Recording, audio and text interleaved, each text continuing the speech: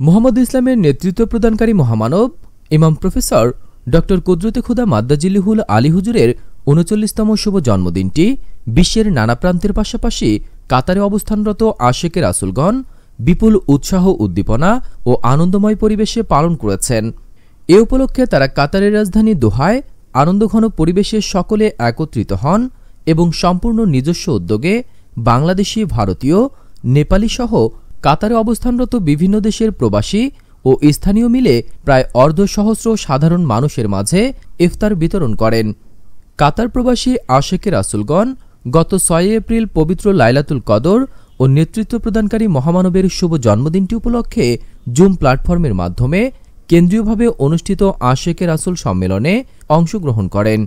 এদিন তারা নতুন কাপড় পরিধান করে স্থানীয় খানকায় একত্রিত হন এবং নেতৃত্ব প্রদানকারী মহামানবের পবিত্র বাণী মোবারক শ্রবণ করেন।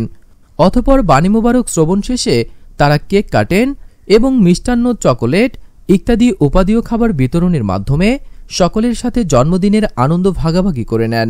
এছাড়াও গত ৪ এপ্রিল নেতৃত্ব প্রদানকারী ইমামের শুভ জন্মবার্ষিকীর দিনটি স্মরণে কাতার প্রবাসী আশেকে রাসূলদের উদ্যোগে ২টি খাসি জবাই করা হয়।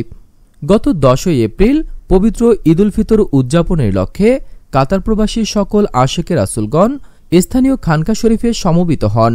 এ সময় তারা ঈদের আনন্দকে আরও বাড়িয়ে তুলতে নেতৃত্ব প্রদানকারী ইমামের শুভ জন্মদিন স্মরণে পুনরায় আরেকটি কেক কাটেন এবং তাবারক বিতরণ ও অন্যান্য কার্যক্রমের মাধ্যমে পবিত্র ঈদুল ফিতর ও নেতৃত্ব প্রদানকারী মহামানবের জন্মদিন সম্মিলিতভাবে পালন করেন।